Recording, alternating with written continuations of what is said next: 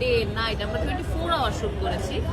তো তখন একটা গুলির আওয়াজ মানে অনেক কিছু। আর আমাদের ওই দিন যে ক্লাইম্যাক্স শট হচ্ছিল রাত 5টা বাজে, তখন আমরা অলরেডি 22 আওয়ার্স একটানা কাজ করছি ভোর থেকে। 5টার সময় হঠাৎ করে অনেক মানুষজন এসে এখানে কি হচ্ছে, আমরা তো গুলি চালাচ্ছিলাম, শুটিংয়ের গুলি।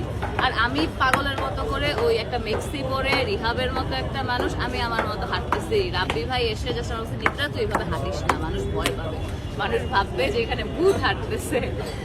অনেক কিছু আমাদের হয়েছে, বাট হ্যাঁ ফ্যামিলি থেকে অনেক, লাইক ফ্যামিলি তো টেনশন করবেই। আমরা আসিফ ভাই যে জোশটা দেখছি যে না উঠতে হবে নিদ্রা, এবং মনে হয়েছে যে না ওকে আমাদের টিমের একজন যখন ডুব দিয়ে ফেলছে আমাদের দিতে হবে, আর আমরা অলরেডি ভিজে গেছি, তো আমাদের পুরোপুরি মাথা পর্যন্ত ডুবটা দিতে হবে। তো আসিফ ভাই জোশে বলতে গেলে আমরা সবাই গিয়েছি, কিন্তু পরিবার তো বুঝে না, পরিবার প্রচন্ড টেনশন নিয়েছে। হ্যাঁ আমরা একদিন সব আর্টিস্টরা কথা বলে, ওই দিন এত বাজে সিচুয়েশন ছিল যে আমাদেরকে কোনোভাবে বাসা থেকে অ্যালাউ করছিল না।